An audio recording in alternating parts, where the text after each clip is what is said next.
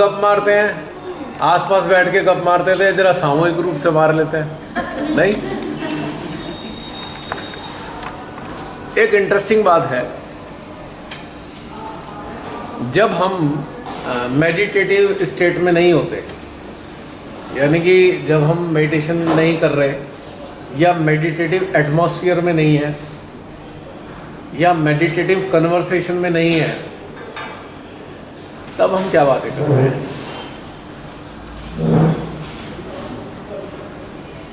गौर करेंगे तब हम बातें क्या करते हैं, किस टाइप की बातें करते हैं हम जब हम इन मेडिटेशन से हटकर जीवन जी रहे होते हैं। भैया मौन रहते हैं और डांट पड़ती है फिर कि तुम तो पता नहीं कौन सी दुनिया में हो, क्या बोल रहे हैं, मैं तुम्हें सुनाई नहीं पड़ रहा। मौन रहते हैं, बिल्कुल शांत रहते हैं और फिर डांट सुननी पड़ती है, क्या बोल रहे हो, सुनाई नहीं पड़ रहा तुम्हें तो कुछ, कौन सी दुनिया में हो। बोलने को मन नहीं करता पर जबरदस्ती बोलना पड़ता है। हाँ, कि हम जिंदा हैं, बोलना पड़ता है कि हम जिंदा हैं। ये बोलते हैं कि कुछ बोलते ही नहीं है, बात करके कोई मतलब ही नहीं है। लेकिन जब हम ऐसे अभी जैसे हम लोग आते हैं, 5-7 जने हम लोग आए, हाँ, ट्रेन में आए, नहीं ट्रेन में आए या बस में आए या फ्लाइट में आए, टैक्सी में आए, तो हम आपस में क्या बातें करते हैं? नहीं भैया, पर्सनल और फैमिली की बात तो नहीं करते। नहीं, आई एम जस्ट, एक क्वेश्चन है, कैसे आए, क्या बातें करते हैं हम? ऑनेस्टी से बताएगा कोई? ये जहाँ जा रहे थे उसके एटमॉस्फेयर के बारे में, आसपास ऐसे ही आसपास का कौन कहाँ से कैसे आए, ये बातें करते हैं ना। दूसरी बात ये भी करते हैं, हैं? मतलब ये भी करते हैं, जैसे पिछली बारी वर्कशॉप में ऐसे हुआ वैसे हुआ, भैया ने ऐसे बताया था, हमने ऐसे किया, ये सब बातें भी होती हैं। ये नहीं कि हाँ, सिर्फ मैं ये नहीं कह रहा, मैं कुछ और कहना चाह रहा था। इसका पर्पज़ ये नहीं है कि आपकी मैं कोई कहूँ कि भी ये बात ठीक नहीं करी, वो बात ठीक नहीं। हम ये जानना चाहते हैं कि हम जब मेडिटेटिव स्टेट में नहीं है या हम एक ऐसे जोन में नहीं है, उस वक्त हम एक रूटीन लाइफ में जी रहे हैं, तब हमारी बातों का मतलब क्या बातें होती हैं? क्या वो बातें यही बातें होती हैं कि आप कैसे हो, आप कैसे आए हो और कहाँ से आए हो। जैसे मैंने ये अभी आपसे प्रश्न किया था, भैया आप कैसे आए, माँ ने कैसे अरेंजमेंट कर दी, मतलब हमने आपस में बात की कि फिर भी माँ मतलब अरेंजमेंट कर देती, हम लोग को मिला देती है एक दूसरे को, जैसे हमें मिल गए एयरपोर्ट पे, जबकि हमारी बातचीत भी नहीं हुई। ध्यान में साथ में जुड़ के जो हम बातें करते हैं ना, उससे ज़्यादा इम्पोर्टेंस इस बात की है कि जब हम जोन में नहीं होते तब क्या बातें करते हैं। It's very important. मैं तो तब नेचर के बारे में बात करती हूँ। मैं कहीं से गुजरती हूँ तो वो पेड़ों के बारे में, वो हवा के बारे में, मतलब मेरा उस तरह से रहता है, या तो मैं उनको देखूँ या फिर जो भी मेरा साथ में उससे उसी तरह की बात करूँगी। एक तो वो रहता है, दूसरा वही है कि अगर हम लोग ऐसे 2 जन हैं तो या कुछ कुकिंग की बात हो सकती है, कुछ अपने इस टाइप से जो हमारा फील्ड है उसमें कोई बात होती है, इस टाइप की होती है। और गुजरे जमाने की पीड़ा और सुख की बातें। I am just asking. और हम जो 6 जने अभी वंदे भारत से आए हैं, तो हम पूरी जर्नी मतलब जो हुई है वो अपने आध्यात्मिक और अपने अनुभव, जिसके भी सूक्ष्म हैं या बड़े हैं, जिस तरह के भी हैं, वो हमने सबने आपस में अपना शेयर किया। तो रास्ते का पता ही नहीं चला कि कभी ये कटरा आ गया। और हम ये बात भी कर रहे थे कि मतलब जैसे हम तो यहाँ बैठे हैं और इस बार तो मॉर्निंग से ही स्टार्ट हो गया, तो अब हम ना चिंतन करते हैं कि वहाँ क्या हो रहा होगा, तो वहाँ क्या हो रहा होगा। तो फिर क्या हुआ, इतने में ना खाने की बात हो गई, तो मैंने कहा ये क्या कर रहे हो तुम, नाभि में अपना चित लेके जा रहे हो, तो ना फिर मैंने कहा नहीं वहाँ लेके जाना है, तो कह रहे अच्छा टाइम देखते हैं। टाइम देखा तो 9:30, कह रहे ये तो खाने का टाइम है, वो भी वहाँ ब्रेकफास्ट कर रहे हैं। मैंने कहा स्वाभाविक है भाई, जब वहाँ भी चल रहा है इसलिए यहाँ चल रहा है दोनों। मैंने कहा जो कनेक्ट है वही शामिल हो गया। हम सब अपने अंदर झांक कर देखें कि जब हम किसी कलेक्टिव में नहीं हैं, छोटे छोटे ग्रुप में 2-4-6 जने हैं, घर में हैं या अपने जीवन में हैं, तो हमारे अंदर चलता क्या है, वो रिजल्ट है जो चलता है, वो हमारी चेतना के स्तर का परिणाम है। आप मेरी बात समझ रहे हैं? और आप खुद का आंकलन करके देखें कि जब मैं कलेक्टिव का हिस्सा नहीं हुआ एट दैट टाइम, मतलब ग्रॉस लेवल पे जो कलेक्टिव हो रही है, फिजिकल प्रेजेंस है या जूम पर हम कलेक्टिव हैं, इसके अतिरिक्त जो आम जीवन में हम जो जी रहे हैं, तो हमारी बातें होती क्या हैं, अपने से ही हमें देखना है। उससे हमें ये आकलन करने में आसानी हो जाएगी कि हम हैं कहाँ खड़े हुए, वेयर वी आर स्टैंडिंग। तो कलेक्टिव में तो सब अच्छी अच्छी बातें करेंगे ही, जो अनुभव आया है वो शेयर करेंगे ही, लेकिन सबसे बड़ा अहम रोल है कलेक्टिव के बिना हम क्या बातें करते हैं। This is very important. जब अकेले होते हैं, जैसे अकेले हों या 5-7 सहजी भी हों, हाँ जी। 5-7 फैमिली मेम्बर भी हों, मतलब किसी भी फील्ड में हम जुड़े हुए हैं, किसी भी चीज़ से जुड़े हैं, कोशिश यही रहता है कि अंदर ही चल रहा है बातें, हृदय शस्त्रार जुड़ा हुआ है और अंदर चल रहा है, बस उसी में ही ज़्यादा कोशिश अंदर ही रहता है। दूसरा, बाहर की दुनिया में नहीं है बिल्कुल भी। हाँ, दूसरा बिल्कुल भी नहीं है बाहर की दुनिया। हमारी जिज्ञासाएं किन चीज़ों के लिए हैं? जिज्ञासाएं, क्यूरियोसिटीज, किस चीज़ के लिए हम जिज्ञासा रखते हैं? तो ये जो इम्पोर्टेंट है मैटर, ये हमारे खुद के एसेंट के लिए है। हमें ज़रूरत नहीं है कि शेयर करें हम, इट इज़ नॉट नीडेड, पर हम अपना आंकलन जरूर करें आखिर हमारी जिज्ञासा किन चीज़ों को लेकर है।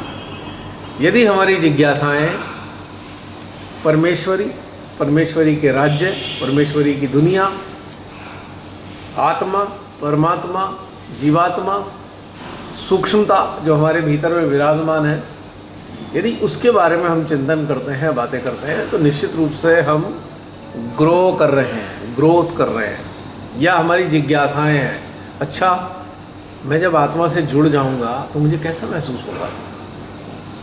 जब मैं जीवात्मा के साथ एकाकार हूँ तो मेरे अंदर भाव क्या आ रहे हैं? क्या मेरे अंदर कोई क्यूरियोसिटी है कि जीवात्मा कैसे मैनिफेस्ट होगी मेरे अंदर? या अगर हो रही है तो मैं कैसे जानूँ कि जीवात्मा मेरे अंदर मैनिफेस्ट हो रही है?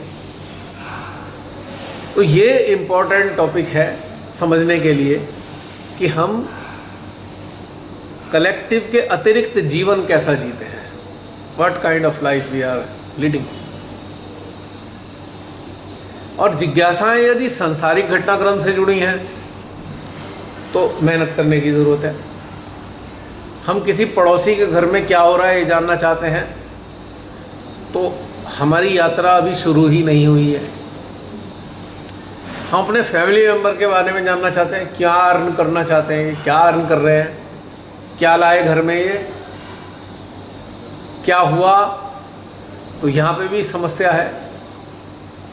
सहजी हमारे साथ जुड़े हुए हैं, उनके सांसारिक जीवन के प्रति हमारी जिज्ञासाएं हैं, ये भी एक समस्या है। अगर हमारे अंदर हैं तो इट इज़ ए प्रॉब्लम, यानी कि हमारा आंकलन हमें करने को ये बताएगा कि भाई ये अभी गड़बड़ मामला चल रहा है हमारे अंदर, वी आर नॉट स्टेबल।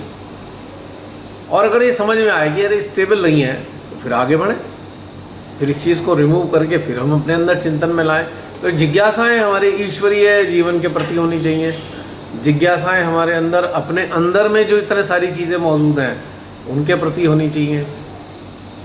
जिज्ञासाएं अपने जीवन और मरण के लिए होनी चाहिए।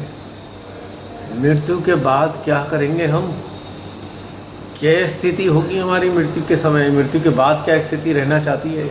अब मृत्यु तो होगी, ये तो हो नहीं सकता ना हो। अभी हम बाहर से जान रहे हैं मृत्यु होगी, क्या ये एहसास हमारे अंदर बैठ गया कि मृत्यु होगी हमारे शरीर की?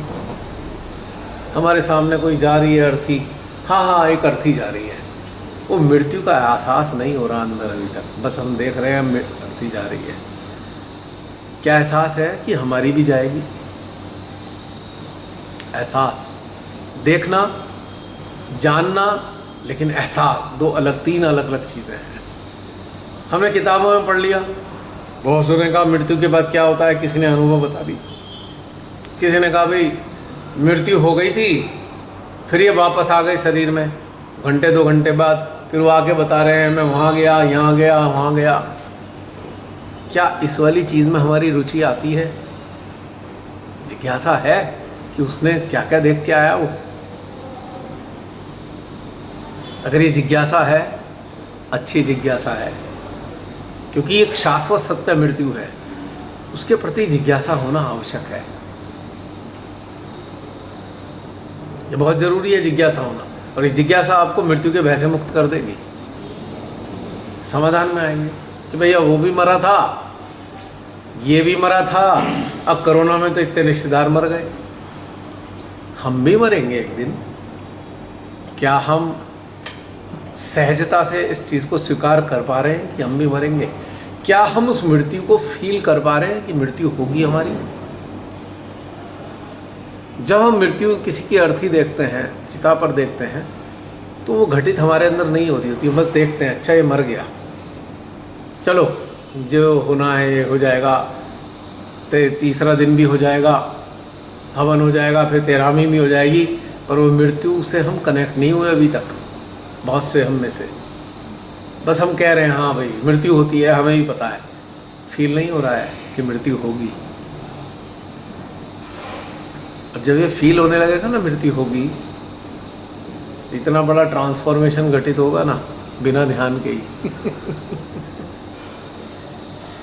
अगर मृत्यु का एहसास कर लिया ना, मेडिटेशन से बहुत ऊंची अवस्था पे पहुंच जाओगे। मेडिटेशन जो पहुंचाने में जितना टाइम लगेगा ना, वो एहसास 10 मिनट में पहुंचा देगा आपको उस स्थिति में, 10 मिनट्स के अंदर।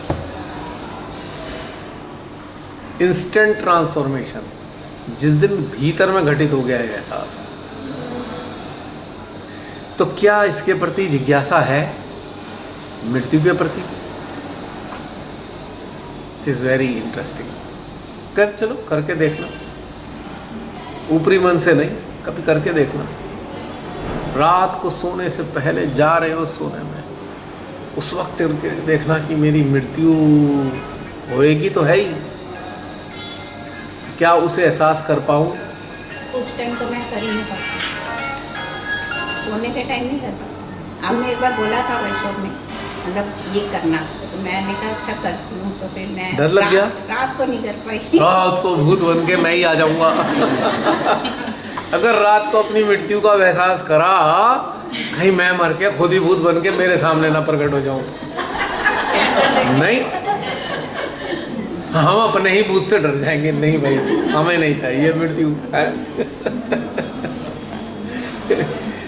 जो लोग नए आए हैं अभी, यानी कि लंच के टाइम में आए हैं, अपने मोबाइल सबको वाइब्रेटर मोड पे डाल दो, क्योंकि ये टूं टां करता रहेगा। तो कहने का मतलब ये है कि ये एहसास इतना ब्यूटीफुल है ना। मैं हमेशा अक्सर कहता हूँ, आपने देखा होगा, जिसने मृत्यु को एहसास कर लिया वो ट्रांसफॉर्म हो गया। जानते हैं मेडिटेशन की जरूरत क्यों है? मेडिटेशन आपको सशक्त बना रहा है इस एहसास के लिए। वरना बहन की तरह डर लगेगा, नहीं भाई रात में नहीं मरेंगे, रात में मरने का कोई एहसास नहीं करेंगे, खुद से ही डर लग गया, अपने से ही डर लग गया। भैया जब सोने जाओ तो ये सोच के जाओ ना कि भाई आ गई, सही है, तैयार है, अभी तो खुद चल के आ रहा है, लोग लेके जाएंगे, फायदा क्या है? इससे डर लगता है ना, क्योंकि हमने औरों की तो मृत्यु देखी, अपना एहसास नहीं है अभी तक मृत्यु का। ये शाश्वत सत्य है। भैया आपने बताया था एक वीडियो में अपने कि मृत्यु से बड़ा कोई शास्त्र नहीं है, जिसने इसको जी लिया उसको किसी और चीज की जरूरत नहीं है। मृत्यु गीता से भी बड़ा ज्ञान है, अष्टावक्र के दिए ज्ञान से भी बड़ा घटनाक्रम है इसका एहसास। आम स्थिति में हम सब लोग क्या कहते हैं, नहीं नहीं माँ हमें तो मुक्त होना है इसलिए ध्यान में जा रहे हैं। किस चीज से मुक्त होना है? आखिर किस चीज से मुक्त होना है? जिससे डरते हैं होने से, होने के डर के भय से मुक्त होना है। अभी हम देखें तो दो चीज़ों पे हमारा, आपने ही बताया था कि दो चीज़ों पे अटेंशन रहता है हमारा हमेशा, सहस्त्रार और मध्य हृदय, एक विशुद्धि वाल है और बीच में उसमें मृत्यु को बैठा दो तो तीनों एक साथ कोऑर्डिनेट हो टप जाएगा पूरा, विशुद्धि में रख लो मृत्यु को, टप तो जाएगा, सहस्त्रार और विशुद्धि कनेक्शन बन गया, बिल्कुल टप जाएगा, नैया पार एक झटके में। एक किनारा हृदय है, एक किनारा सहस्त्रार, के बीच में विशुद्धि रूपी नैया। जो आएगा वो भी इधर से आएगा, जो जाएगा वो भी इधर से जाएगा। छुट्टी टप गए। तो इतना बड़ा एहसास है, लेकिन यहाँ फिर मैं वही कहूँगा, जिज्ञासाएं हमारी उत्थान की जननी है, आध्यात्मिक उत्थान की जननी जिज्ञासाएं हैं। लेकिन अगर जिज्ञासाएं सांसारिक हैं तो पतन का कारण है, और आध्यात्मिक हैं तो उत्थान का आधार बनती है जिज्ञासा। अगर ये हम समझ पाए तो हमें अपनी जिज्ञासाओं को रिफाइंड करना है, इनको कन्वर्ट करना है, कन्वर्जन करना है, इनका ट्रांसफॉर्मेशन होगा, डाइवर्ट करना है इन्हें। रमणी बहन यहाँ पर क्या करती हैं, कैसे करती हैं, ये जिज्ञासा हटाकर रमणी बहन के भीतर में माँ है, क्या ये आत्मा से जुड़ी हैं, क्या अपने जीवात्मा के साथ एकाकार है, ये जिज्ञासाएं बुरी नहीं है। यानी कि ग्रॉस साइड से सारी चीज हटा देनी है, अंदर की तरफ लाना है। जिसकी संसारिक जिज्ञासाएं समाप्त नहीं होते उसकी मुक्ति संभव नहीं है, मुक्ति ही संभव नहीं, उत्थान तो है ही नहीं, क्योंकि वो पतन का कारण है। एक व्यापारी है, कभी देखा है आपने दुकान वाले को, कभी गौर करना, एक दुकान वाला जिसके ग्राहक सुनिश्चित नहीं है, 2, 4, 8, 10 तो होते हैं जो परमानेंट सामान खरीदते हैं, या 20 मान लो, लेकिन 90% कस्टमर ऐसे होते हैं, आएंगे पता ही नहीं उसे, कोई भी आ जाएगा कहीं से भी। यानी कि उसकी जीवन का, दुकान वाले का जो लाइफ है वो अनसर्टेन है इस मामले में। उसे मालूम नहीं है कौन ग्राहक आएगा, क्या मांगेगा मेरे से। फैक्ट्री वाला है, उसको थोड़ा थोड़ा सुनिश्चित है, कहीं से इंक्वायरी आई है, किसी ने ऑर्डर दे रखा है, ऑर्डर बनेगा, 15 दिन लगेंगे डिस्पैच होने में, नहीं। लेकिन एक जो दुकान लेके बैठा है मार्केट में, उसको कुछ नहीं पता कहाँ से कब ग्राहक प्रकट हो जाए। दुकान बढ़ा रहा हो, लास्ट ताला लगा रहा हो, आ जाए भाई साहब ये है क्या, तो फिर दोबारा शटर उठाएगा, हाँ भी ले जाओ जी। तो उसके पास ये जिज्ञासा नहीं है कभी भी। कभी किसी दुकानदार से पूछना, तुमको जिज्ञासा होती है कितने कस्टमर आएंगे आज, वो कहेगा नहीं जी कोई जिज्ञासा नहीं है मेरे को, क्योंकि जो आएंगे भगवान भेज देंगे, बस। अनसर्टेनिटी है, और अनसर्टेनिटी में जीते जीते उसे 40 साल बीत गए। 40 साल से दुकान चल रही है, 40 साल बाद भी गारंटी से नहीं कह सकता कि ये वाला ग्राहक आएगा आज या कल वो वाला आएगा। परमानेंट ग्राहक में से भी उसे नहीं पता कि परमानेंट ग्राहक आएगा, आज आएगा, कल आएगा, परसों आएगा, परले दिन आएगा, नहीं पता। लेकिन उसके पास एक समाधान है, उसके पास जिज्ञासा नहीं है अपने बिजनेस के प्रति, वो स्वीकार कर लेता है, जैसे प्रभु भेज दोगे तो ठीक है, ना कोई बात नहीं। अब तो बहुत संसाधन हो गए, एक किसान के पास भी कोई जिज्ञासा नहीं है, देखेगा बो तो दिया है, बारिश होगी क्या, तैयार बैठा है, नहीं होगी नुकसान हो जाएगा, झेलने को देख लूँगा, नुकसान ही होगा। पर जिज्ञासा यहाँ भी नहीं है उसको, वो भी सरेंडर्ड है, दुकानदार भी सरेंडर्ड है।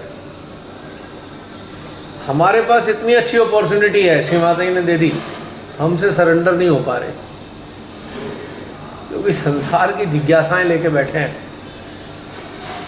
या तो जिज्ञासाएं होंगी संसारिक, या फिर सरेंडर होगा, दोनों में से एक ही चीज़ रहेगी। भैया संसारिक जिज्ञासाएं तो नहीं है, अच्छी बात है। तो मैं तो एक बात बता रहा हूँ, ये है कि आगे की यात्रा की तैयारी चल रही है। जैसे शरीर है, ये पता है कि ये बायोलॉजिकली डिस्ट्रॉय होनी है, किसी चीज़ का छूट जाना और विलिंगली छोड़ देना, दोनों चीज़ों में बहुत फर्क है। ये एहसास रहता है, तो डिटैचमेंट तो आ रहा है बॉडी से भी, सांसारिकता से भी। और एक इंटरेस्टिंग और बात बता दूं, बहुत गूढ़ बात बता रहा हूँ। जितने अटैच लोग हैं, जितने भी अटैच लोग हैं, उनको आभास नहीं होने का, लेकिन जितने डिटैच लोग हैं उन्हें आभास होगा। क्यों? क्योंकि वो इतने लिप्त हैं कि अगर परमात्मा चाहें भी तो भी वो आभास नहीं करने वाले। जिन्हें आभास है वो मृत्यु के लिए भी तैयार हैं। जो लिप्त हैं वो भय ग्रसित हैं, मृत्यु हो गई तो क्या होगा, तो उन्हें कुछ पता भी नहीं चलता। वो कूप मंडूक जैसे जीवन जी रहे हैं, एक दायरे में घूमे जा रहे हैं, घूमे जा रहे हैं, घूमे जा रहे हैं। जब हमें ये मालूम है कि मृत्यु सत्य है, तो सत्य को जीते जी स्वीकार कर लो ना, अंगीकार कर लो, उसको क्या देना। क्योंकि इधर परम पिता भी हैं, वो आभास देने की शक्ति उनके पास है। आपके हृदय के माध्यम से आभास दे सकते हैं। आभास वो इसलिए दे रहे हैं, अब धीरे धीरे तैयार हो जाओ। लेकिन अटैच को आभास दे ही नहीं सकते, वो उसके पास कैपेसिटी नहीं है, वो तैयार नहीं होता, इसलिए छटपटाता सा जीवन जीता है, छटपटाता सा मर जाता है। तो ईश्वर का आभास डिटैचमेंट वाली कंडीशन में ही घटित होना शुरू होता है। संसार की जिज्ञासाएं होंगी तो उसका परिणाम अटैचमेंट है। संसारिक जिज्ञासा नहीं है तो क्लियर कट है कि ये बंदा डिटैच है, क्लियर कट है कि ये डिटैच है, इसलिए जिज्ञासाएं भी संसारिक नहीं है उसके पास। एक चीज़ मैंने ऑब्जर्व करी है कि संसारिकता में जो लोग मृत्यु से डरते हैं, जिनको वास्तव में लगता है कि वैसे नॉर्मल लाइफ में आप देखो तो बिल्कुल ठीक ठाक हैं, लेकिन मौत से उनको इतना डर लगता है कि हर 6 महीने में अपने पूरे जो मेडिकल टेस्ट होते हैं, पूरा पैकेज जो होता है 20, 25, 40 टेस्ट जो होते हैं, वो हर 6 महीने में कराएंगे कि यार कुछ हो ना जाए, मौत से डर लगता है। हर 6 महीने में टेस्ट कराएंगे अपने मेडिकल टेस्ट, हाँ, कि तो निकल ना जाए। एक इसका दूसरा एंगल भी है।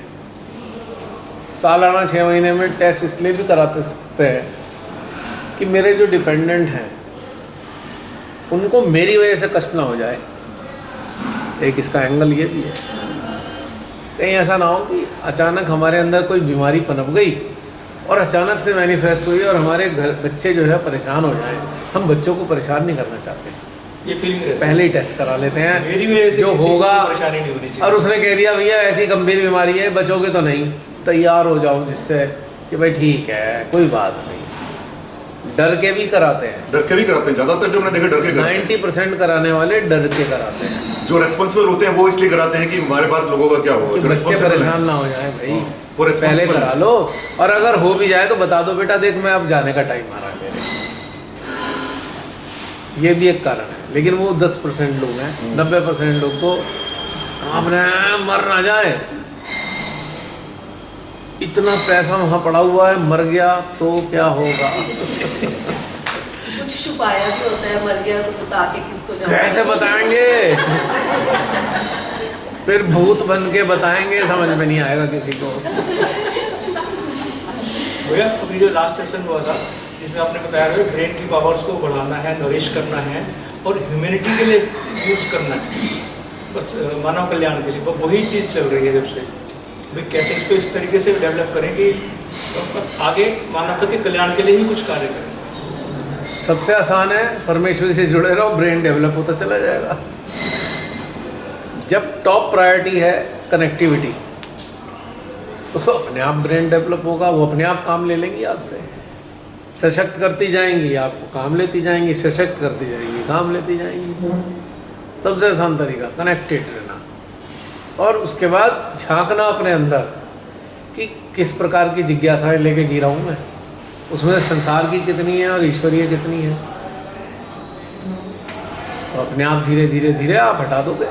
अब जैसे कि हम कहें भाई ये हमारे कमरे में बड़ा सामान पड़ा है, तो आप एक दिन दिल आता है चलो भाई खोज लें क्या क्या सामान पड़ा है, तो आप उसमें क्या करते हो, जो काम का होता है रख लेते हो, बाकी बाहर निकाल देते हो।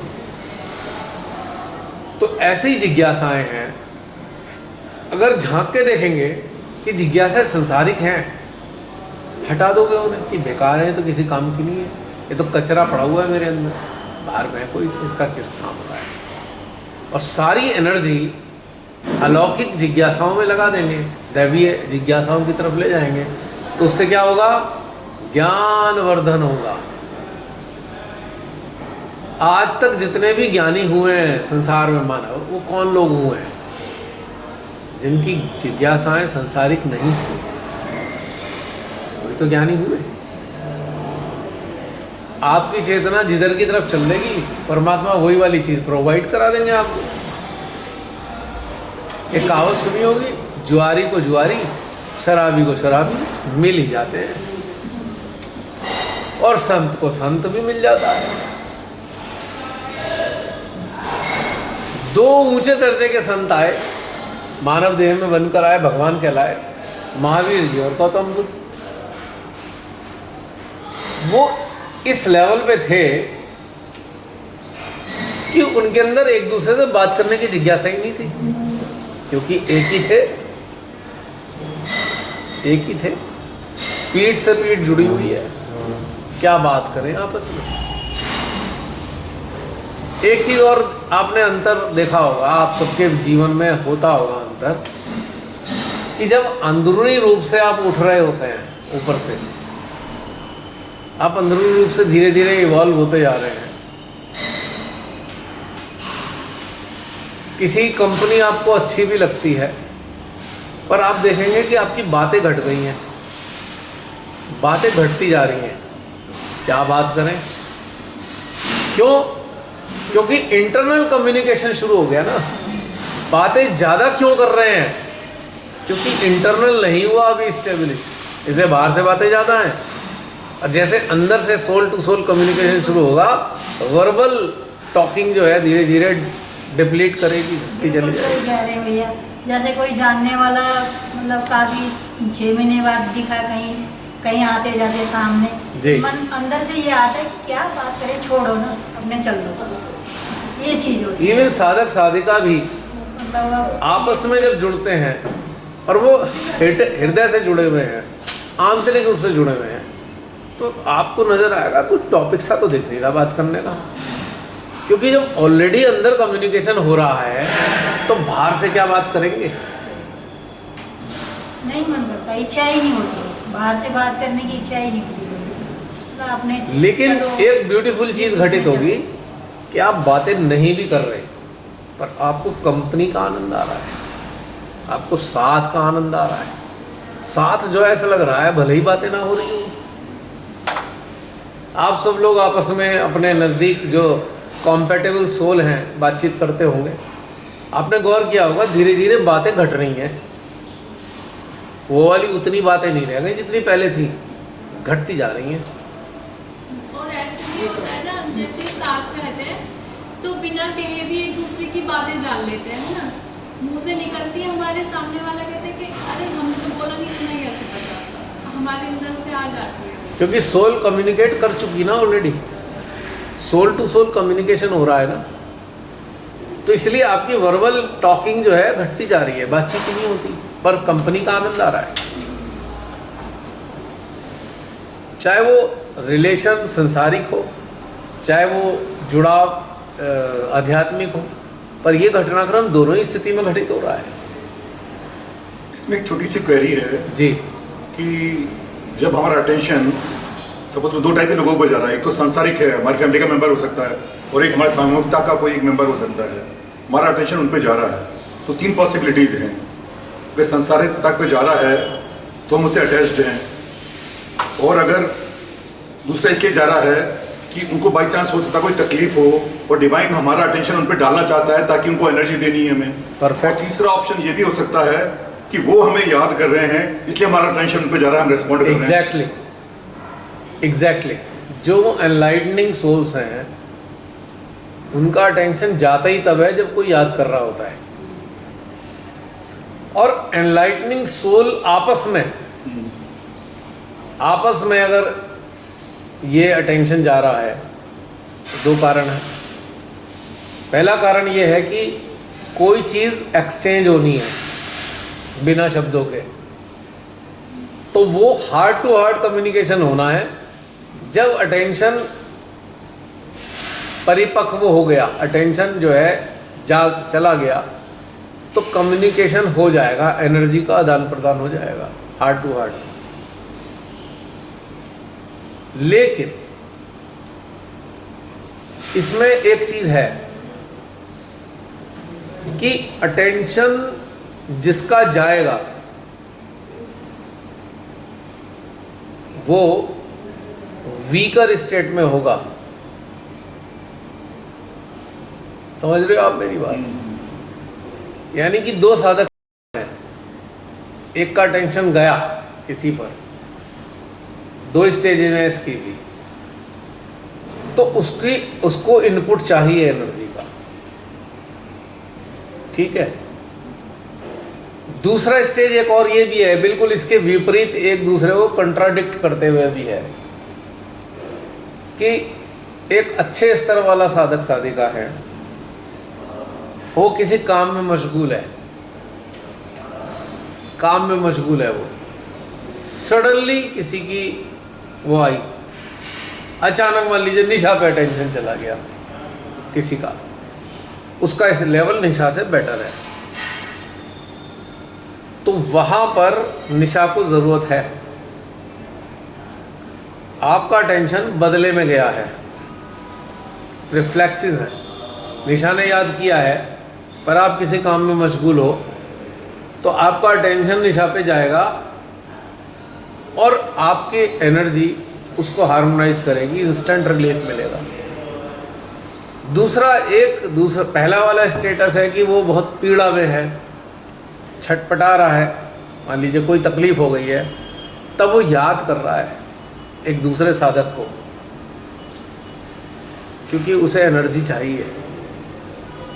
तो जो काम में लगा हुआ है, सडनली उसके अंदर रिफ्लेक्सेस आएगा, निशा, अच्छा, जैसे ही क्लिक हुआ एनर्जी चली गई, शांत। पर ये कैसे आइडेंटिफाई हुआ कि इतने सारी सोच में से ये निशा ही कोई है, बाकियों को नहीं है, किसी ग्रुप में से किसी को? रिफ्लेक्ट होगा ना, नाम कैसे रिफ्लेक्ट होगा? ठीक है, एनर्जी तो आ जाएगी, नहीं, नाम भी रिफ्लेक्ट आ जाए, नाम भी हो जाएगा। वो तो पूरा छप के आता ना, रिफ्लेक्ट होता है पूरा नाम। तभी तो मैंने निशा नाम का इस्तेमाल किया कि भाई रिफ्लेक्ट है, अच्छा निशा को मुझे ज्यादा जरूरत पड़ती रहती है। तो यहाँ पे दो, ये जो फिनोमिनन, दोनों चीजें मैंने बताई हैं। एक तकलीफ में है, वो याद कर रहा है, जिसको याद कर रहा है मान लो, उसे वो लगता है कि ये मेरे से बेहतर कंडीशन में है, याद तो उसे ही किया जाएगा। हम माँ को याद करते हैं, माँ, पता है माँ हमारे कल्याण कर देंगी हर स्थिति में, कोई भी तकलीफ हो जाती है माँ को याद करते हैं। लेकिन कई बार आपस में भी, मित्रों में देख लो, चलो ये हम रियलाइज सोल की बात नहीं करते, एक आम साधारण जीवन में भी 2-3 दोस्त हैं, वो अपने उस दोस्त को याद करेगा जो उससे ज़्यादा सक्षम है, वो दिल से अगर जुड़े हुए हैं वास्तव में, भले ही वो फ़ोन नहीं कर रहा, पर उसे याद करेगा, उसको पहुंच जाएगा मैसेज। क्या होगा? उसको छींक आएगी या हिचकी आएगी, तो अच्छा, अचानक होएगा, अच्छा परवीन याद कर रहा है, फिर वो फ़ोन करेगा, अच्छा हाँ भाई ठीक है, अगर नहीं भाई तेरे को याद कर रहा था। ये डे टू डे लाइफ में अक्सर हम देख सकते हैं, और ख़ास तौर से माताएं जिनके बच्चे अब्रॉड चले गए या दूसरे शहरों में हैं, उनके साथ तो बहुत फ्रीक्वेंट है ये घटित होना। लेकिन यहाँ हम एनलाइटनिंग सोल्स की बात करते हैं, तो यहाँ पे एनर्जी का आदान प्रदान होना आवश्यक है। आम साधारण जीवन में जो एनर्जी आदान प्रदान होगा वो हार्ट की एनर्जी का होगा, हार्ट की एनर्जी का। लेकिन रियलाइज सोल्स की कंडीशन में जो एनर्जी ट्रांसफ़र होगी वो डिवाइन एनर्जी ट्रांसफ़र होगी। हालांकि हार्ट वाली एनर्जी भी डिवाइन ही है, पर वो नॉन कंडक्टिविटी वाली एनर्जी है, जैसे कहें बैटरी वाली सप्लाई है, डीसी करंट वाली सप्लाई है। एक है भाई मीटर से ही कनेक्शन गया हुआ है, तो मीटर के कनेक्शन में खासियत क्या होती है, बैकअप बहुत ताकतवर होता है। आपके घर के मीटर से आपने 6 mm का तार अपने पड़ोसी को दे दिया, वो अब AC भी चला लेगा उस पर, मोटर भी चला लेगा। 6 mm का मतलब है कम से कम 6 किलो लोड उठाने वाला।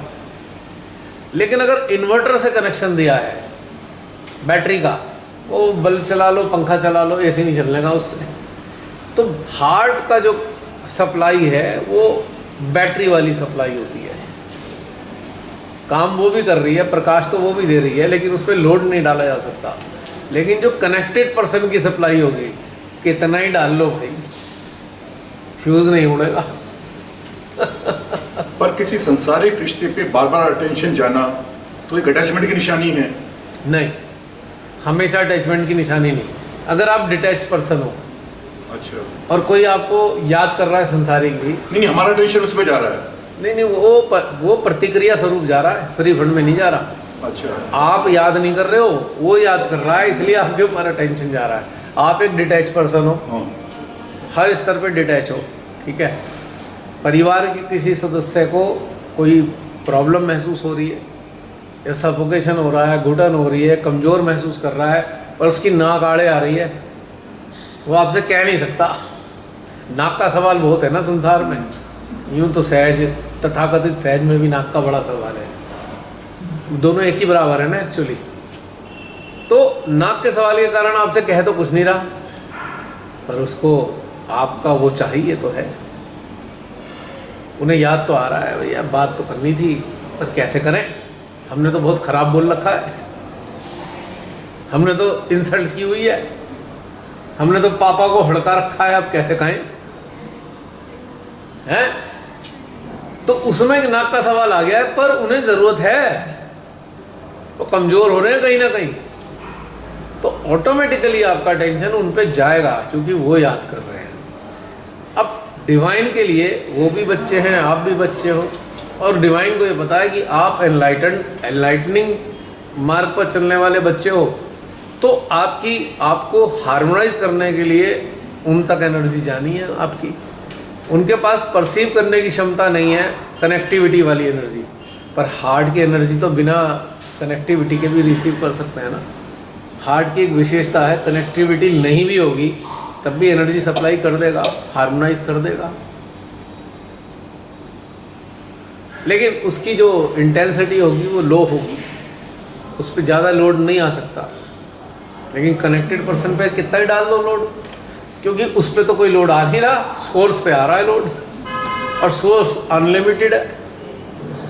तो डिटैच पर्सन पे कोई लोड नहीं आ सकता, चाहे पूरी दुनिया का भी लोड उस पर आ जाएगा तब भी उस पर कोई लोड नहीं, क्योंकि सोर्स पे लोड है, सोर्स देख रहा है अपने आप उसके ज़रिए।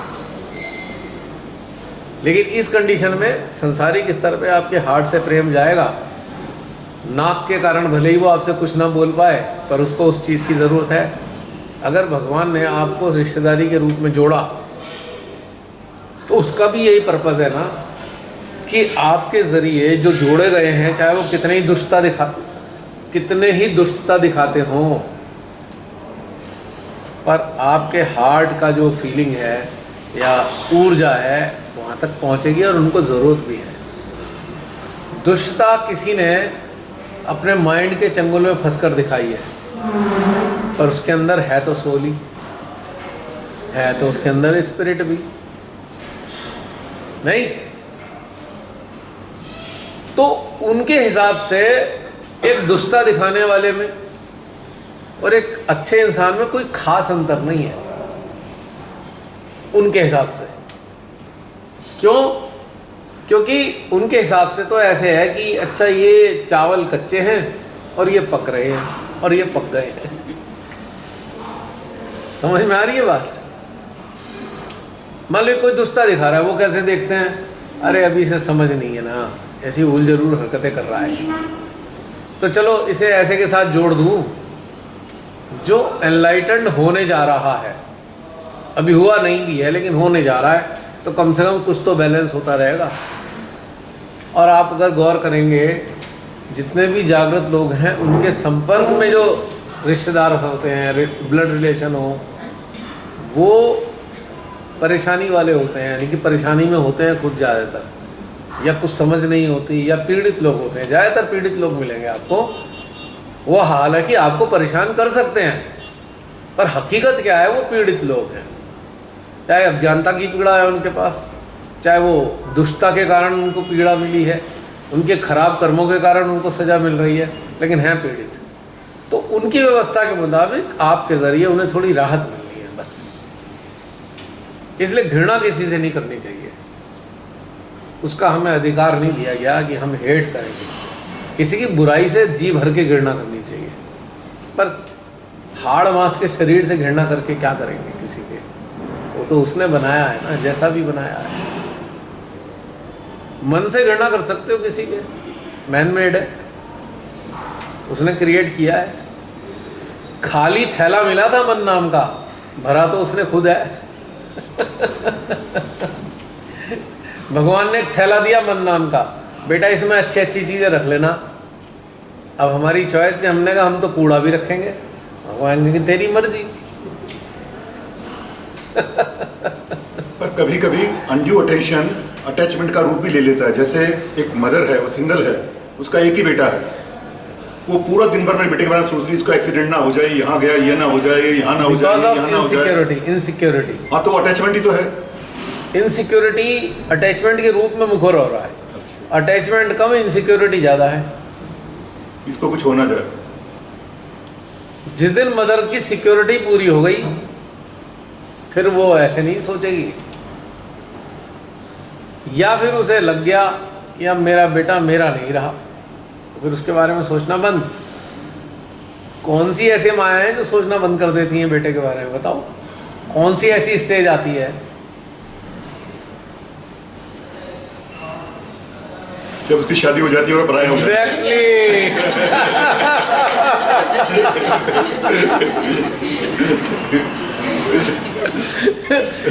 तो माँ ने कहा छोड़ो, तो गया।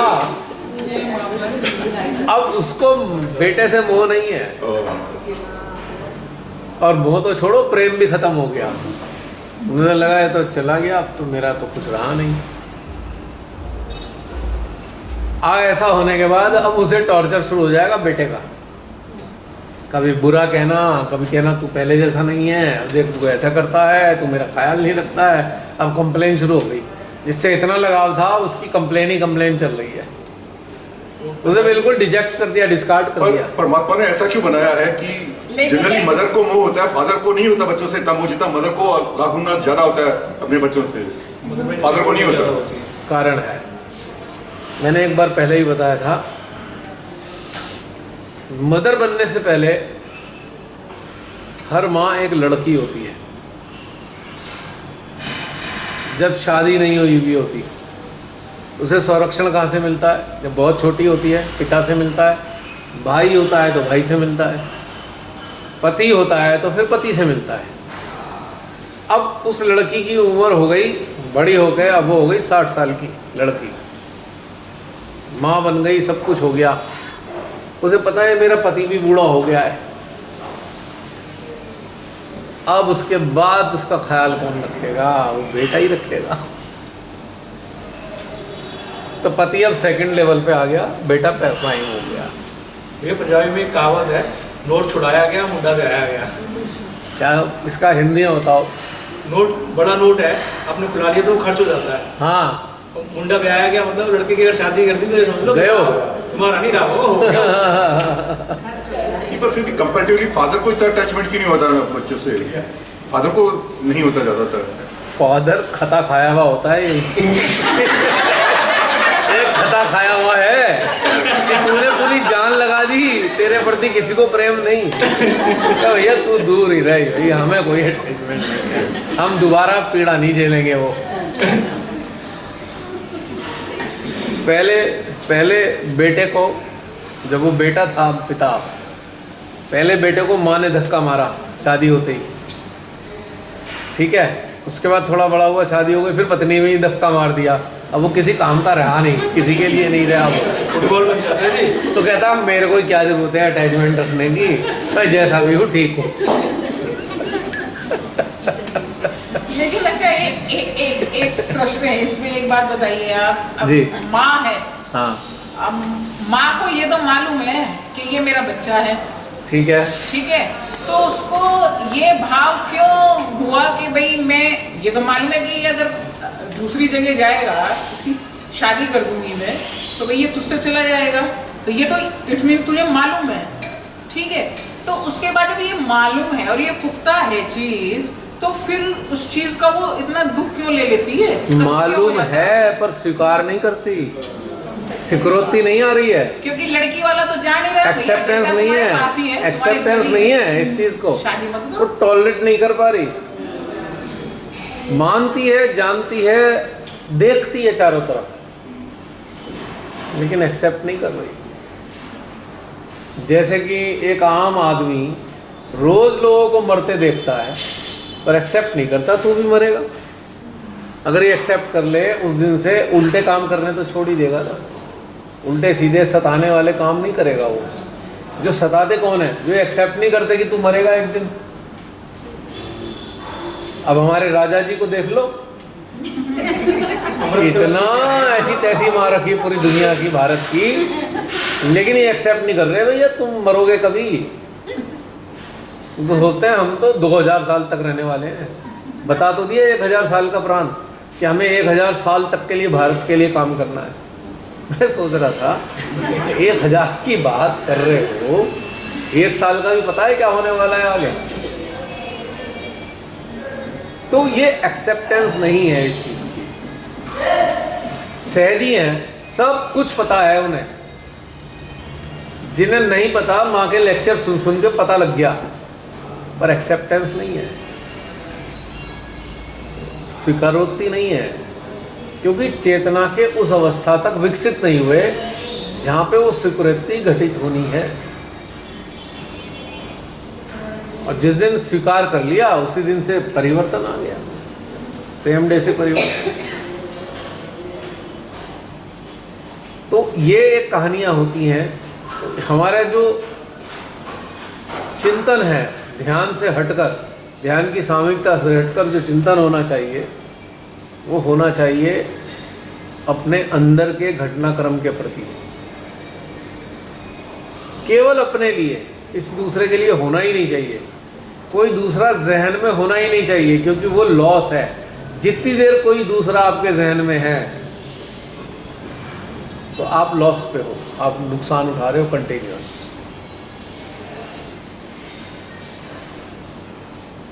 अपने प्रति हमारे अंदर क्या चल रहा है, हम कहाँ पे खड़े हैं, कौन सी चीज़ कहाँ पर है, हमारी चेतना कहाँ पर अटक रही है, हमारी चेतना को राहत किस चीज़ से मिलती है, क्या ऐसा करें जिससे हमारी चेतना कंटिन्यूअस विकसित हो। ये चिंतन अगर चल रहा है तो उत्क्रांति से कोई रोकने वाली शक्ति नहीं है जो आपको रोक दे। अगर थोड़ी देर तक के लिए बस हमने सेशन अटेंड किए, खुश हो गए, उसके बाद फिर वहीं के वहीं, तो कोई ताकत नहीं है जो आपकी उत्क्रांति में कोई सहायता कर दे, क्योंकि आपको अपनी ही सहायता करनी थी और हमने अपनी सहायता करने से अपने आप को हटा लिया, तो कोई ताकत नहीं आपको उत्क्रांतित कर दे। और मुक्ति का एहसास भी कभी नहीं हो सकता ज़िंदगी में। तो ये इम्पोर्टेंट है समझने के लिए। तभी मैंने बोला ना कि जब सामूहिकता के अतिरिक्त हम क्या सोचते हैं, क्या बातें करते हैं और क्या जिज्ञासाएं रखते हैं, this is very very important. और अगर सही जिज्ञासाएं होंगी तो फिर सही उत्थान भी होगा। अब संसारिक जिज्ञासाओं का करना क्या है, ये तो फिक्स्ड थ्योरी पर काम करता है, फिक्स थ्योरी जो प्रारब्ध ने फिक्स कर रखी है। संसार में परिवर्तन नहीं आता, फिक्स घटनाक्रम का ही परिणाम है संसार जो दिखाई देता है, जो पहले से सुनिश्चित है। लेकिन आध्यात्मिक जीवन फिक्स नहीं है, वो हमारे आपके हाथ में है कि हम इसे किस तरीके से बना सकते हैं। अब दुख इस बात का होता है, जो चीज़ फिक्स है, जो अल्टर नहीं की जा सकती, उसमें सबसे ज़्यादा समय व्यर्थ करता है इंसान। और जो हर स्टेज पे अल्टर की जा सकती है, हर स्टेज पे उन्नत कर सकती है, जो उसके लिए समय नहीं होता। फिर ये ट्रेजेडी है एक्चुअली, यही ट्रेजेडी है। तो जी इसे मैं कहता हूँ non productive. If we are thinking about samsara, that is we become non productive. When we are thinking about it, अपने अंदरूनी चीज़ों के लिए, अपने उत्थान के लिए चिंतन चल रहा है, तो हम एक्चुअल में प्रोडक्टिव हैं। और वो प्रोडक्टिविटी आपके ज़रिए अनेकों तक पहुंचेगी, निश्चित रूप से पहुंचेगी। जैसे इस सेशन से पहले मैंने बताया था, अपनी सेल्फ नॉलेज जो आपको आ गई है उसे इम्प्लांट कैसे करें किसी के सुपात्र में।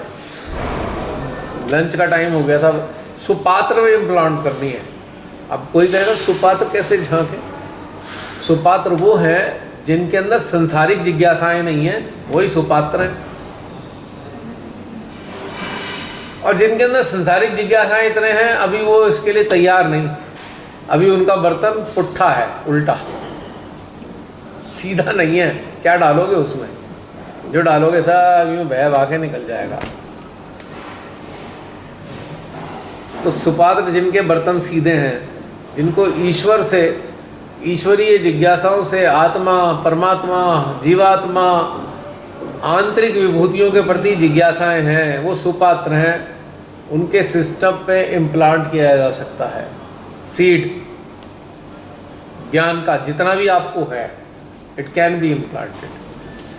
और एनवायरनमेंट देंगे जब आप, तो वो धीरे धीरे फूलेगा, धीरे धीरे अंकुरण होगा, उसमें फिर पत्तियाँ आएंगी, फूल खिलेंगे, धीरे धीरे वो पौधा बनेगा, फिर वो झाड़ी में परिवर्तित होगा, फिर वो वृक्ष बन जाएगा।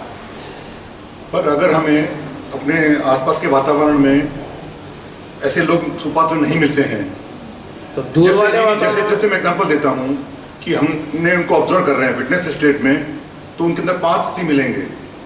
या वो किसी से बात भी कर रहे हैं, तो जो बातें कर रहे हैं फ़ोन के ऊपर, उसमें भी 5 सी मिलेंगे। 5 सी मैंने जो जनरली ऑब्जर्व किए हैं, वो कंपटीशन, कंपैरिजन, क्रिटिसिज्म, कंप्लेन और क्राई। ये उनकी पूरी बातें जितनी 100% टेलीफोन में बात कर रहे हैं, आपसे भी बात कर रहे हैं, वो इन 5 सी के अंदर आ जाती है। जब वो इन 5 सी के अंदर आ जाते हैं, तो वो कुपत्र चेतनाएं उनके ऊपर क्यों टेंशन डालें हम अपने? बिल्कुल भी नहीं, उसी को तो कह रहा हूँ मैं। तो इसलिए ऐसा कोई मिलता ही नहीं है, तो फिर आप अपने टेंशन कहाँ ले जाएं? फिर अगर आप भी ले जाएं बस? ना, आप आजमा लेना। अगर आप उस एलिजिबिलिटी के लेवल पे आ गए कि आपके पास सेल्फ नॉलेज आ गई, चाहे इतनी सी आई है, तो वो सुपात्र भी भेजेगा। जरूरी नहीं कि आपकी सराउंडिंग का हो, कोई भी हो सकता है। वो सडनली कोई ट्रेन में जा रहे थे, मिल गया, उसके लिए नोन पर्सन की जरूरत नहीं है, अननोन भी हो सकते हैं। वो अननोन ज़्यादा बढ़िया होता है। अननोन में जो है वो फ्लो ज़्यादा बढ़िया हो जाता है।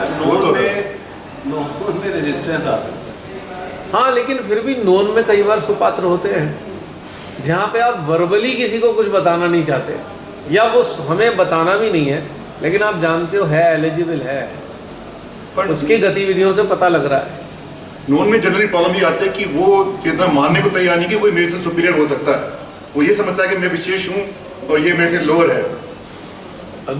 आप अभी भी नहीं समझे।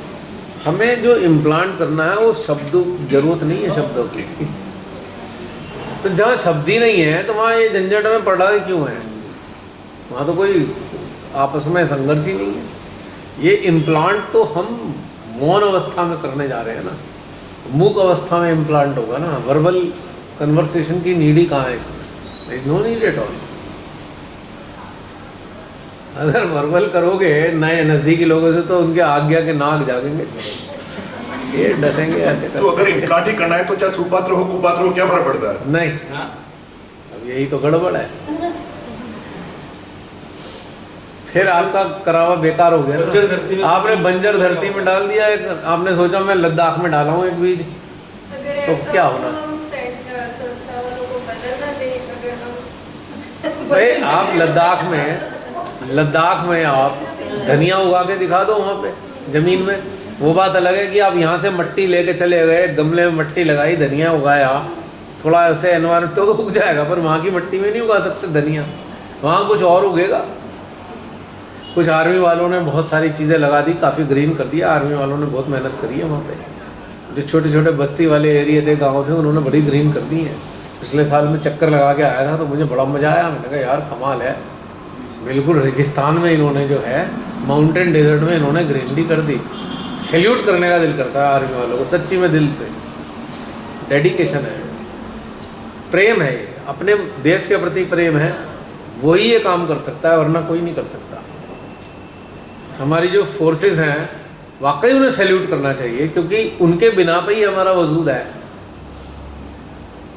वो जो वहाँ पे कारगिल से पहले आता है, जहाँ वो उन्होंने डिस्प्ले कर रखा है, क्या नाम थी जगह का, नाम नहीं याद आ रहा मेरे को, तो उसमें जो है उन्होंने -60 डिग्री हो जाता है टेम्परेचर। जहाँ पे फाइट हुई थी ना, जहाँ पे उन्होंने वो जो चौकियाँ फतेह करी थी, उन्होंने वहाँ पे भगाया था उन्हें पाकिस्तान के उसको, नहीं वो कारगिल के पास है, वो Kargil memorial, sorry war memorial, अब याद आ गया। कारगिल से पहले है, द्रास के सेक्टर के आगे है, तो द्रास सेक्टर का ही पार्ट है। तो वहाँ पे बड़े 549 लोग शहीद हुए थे वहाँ पे कारगिल वाले वॉर में। -60 डिग्री में भी रहते हैं। -60 डिग्री आप समझ सकते हो क्या है। अगर ये एल्युमिनियम का है और -60 डिग्री टेम्परेचर है, आपने इसे छू लिया ना तो आपकी उंगलियों की खाल इसी पे चिपक के रह जाएगी। मेटल वाइट, उसमें वो वहाँ पे लड़ते, और फिर उस हिस्से को ना बचा नहीं सकते, वो तो ख़त्म ही हो जाएगा, गैंग्रीन आ जाता है ना। तो ऐसी स्थिति में वो उस नेचुरल हार्शनेस से संघर्ष करके हमारे देश की रक्षा करते हैं, तो हम तो उनका ऋण नहीं उतार सकते, इम्पॉसिबल, कभी भी नहीं उतार सकते। तो मेरा कहने का मतलब है कि ये जो सुपात्र हैं, सुपात्र आपको समझ में आ जाएंगे, जिनके बर्तन उल्टे नहीं हैं, सुपात्र ही हैं। राष्ट्र के प्रति डेडिकेशन तो है ही नहीं। अब आपकी बात का एक जवाब और दूंगा, आर्मी वाली बात हुई है। अब आर्मी में सिलेक्शन होता है, आपने देखा होगा, दौड़ेंगे, भागेंगे, मेडिकल होगा, सारी चीज़ें होंगी। जब लगेगा भैया इसमें इतनी एंड्योरेंस, टॉलरेंस है, स्टेमिना है, तब उसको चुना जाएगा, आ जा भैया आर्मी में, तेरे को ट्रेनिंग देते हैं। तो सुपात्र को ही ट्रेनिंग मिलती है, कुपात्र को तो वहीं से भगा देंगे, टर्न आउट। जिसमें सामर्थ्य दिखाई दे रहा है, तो सुपात्र की मैंने आपको बताई दी। जिनके अंदर संसारिक जिज्ञासाएं हैं वो सुपात्र नहीं हो सकते, तो उन पे अपना समय व्यर्थ करने से कोई लाभ नहीं है, यूजलेस एकदम। मेरे पास अभी एक सहजी का फ़ोन आया, दो दिन पहले, 3 दिन पहले की बात है। भैया वो है ना, मैंने ना ये टेलीग्राम हटा दिया था, अब मुझे दोबारा जोड़ ले। मैंने कहा बिल्कुल भी नहीं जोड़ूंगा। बोले क्यों? मैंने कहा आपने हटाया क्यों, इसी में आपकी उत्तर है बात का, खत्म हो गई बात। यानी कि you are not eligible, that's why आपने रिमूव किया, ग्रुप से हट गए, तो आप एलिजिबल हो ही नहीं, तो अब एलिजिबल कैसे हो जाओगे आप? और मेरा मानना है जो इधर से एक बार में हट गया वो एलिजिबल हो नहीं सकता, क्योंकि उसके अंदर वो टेम्परामेंट ही नहीं है। और एलिजिबल कौन है? जो एक बार जुड़ा तो जुड़ के ही रह गया बस। जैसे सीमाताई के आगे मत्था झुका तो बस झुके ही रह गए, अब तो उसके बाद क्या रह गया, वापस तो आना नहीं इधर से। भैया क्या कुपात्र को सुपात्र में बदला जा सकता है? हाँ जी, कुपात्र को सुपात्र में बदला जा सकता है?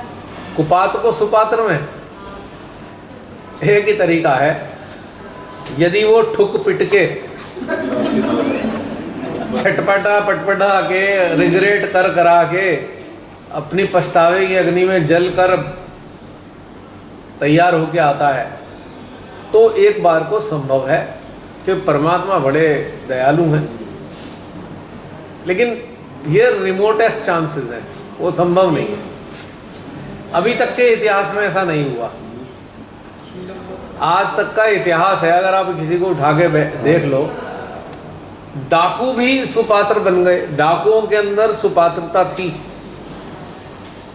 लेकिन जिसने नकार दिया, जो हट गया, जुड़ा और हट गया, वो कभी सुपात्र नहीं हो सकता। यानी कि उसकी चेतना ही नहीं इस लायक कि माँ को जान पाए, तो फिर दोबारा कैसे? वो तो फिर आएगा किसी गर्ज के कारण आएगा, कोई परेशान होगा, क्या पता अब मैं परेशानी दूर हो जाए फिर जुड़ जाता हूँ। और जो कुपात्र हैं वो ये एलिगेशन हम पे भी तो लगाते हैं कि तुमको भी तो कोई प्रॉब्लम थी इसलिए तुम परमात्मा के पास में गए, तुम वो क्या जरूरत थी परमात्मा के पास जाने की। हाँ तो ठीक है भैया, ठीक है, हम ऐसे ही हैं, क्या दिक्कत है, हम स्वीकार कर लेते हैं। हमें क्या, हमें कौन सा जवाब देना है, हमें क्यों जवाब देने की जरूरत है इस बात की। हाँ भाई, हम तो ऐसे ही है, हम तो डस्टबिन में पड़े थे, माने हमने चरणों में बिठा लिया, खत्म हो गई बात। आप बढ़िया हो, आप बहुत अच्छी जगह रहते हो, आपको ज़रूरत भी नहीं है, तो इसमें हमें क्या, हमारी कौन सा इंसल्ट हो गई इस बात में। बल्कि उनका थोड़ा पैम्पर उन्हें आप कर देंगे क्या क्या, और खुश हो जाएंगे, बस फिर आपकी भी जान छूट जाएगी। कुछ लोग इस आंसर से भी परेशान हो जाते हैं, हम कह देना उन्होंने कहा और हमने स्वीकार कर लिया, तो वो उससे भी नाराज हो जाते हैं, अरे तुमसे तो कुछ कहना ही बेकार है। क्योंकि आपने स्वीकार करके उनका प्लान फेल कर दिया। हमारे तरीके से चले, जो हमने बोला वही सही है, ये कैसे स्वीकार करके उसको सही मान के बैठ गए। नहीं, और एक उल्टा केस उल्टा देखा है मैंने, वो बोलते हैं तुम्हें तुम्हारा बहुत बहुत धन्यवाद करना चाहिए, हमें तुमने इतने दुख दिए कि तुम परमात्मा की तरफ गए, अदरवाइज तुम जाते ही नहीं गए। हाँ, हम तो कहेंगे, हम तो 4 बार धन्यवाद फिर कर देंगे आपको, हमारी सेहत में क्या फर्क पड़ रहा है, हमसे तो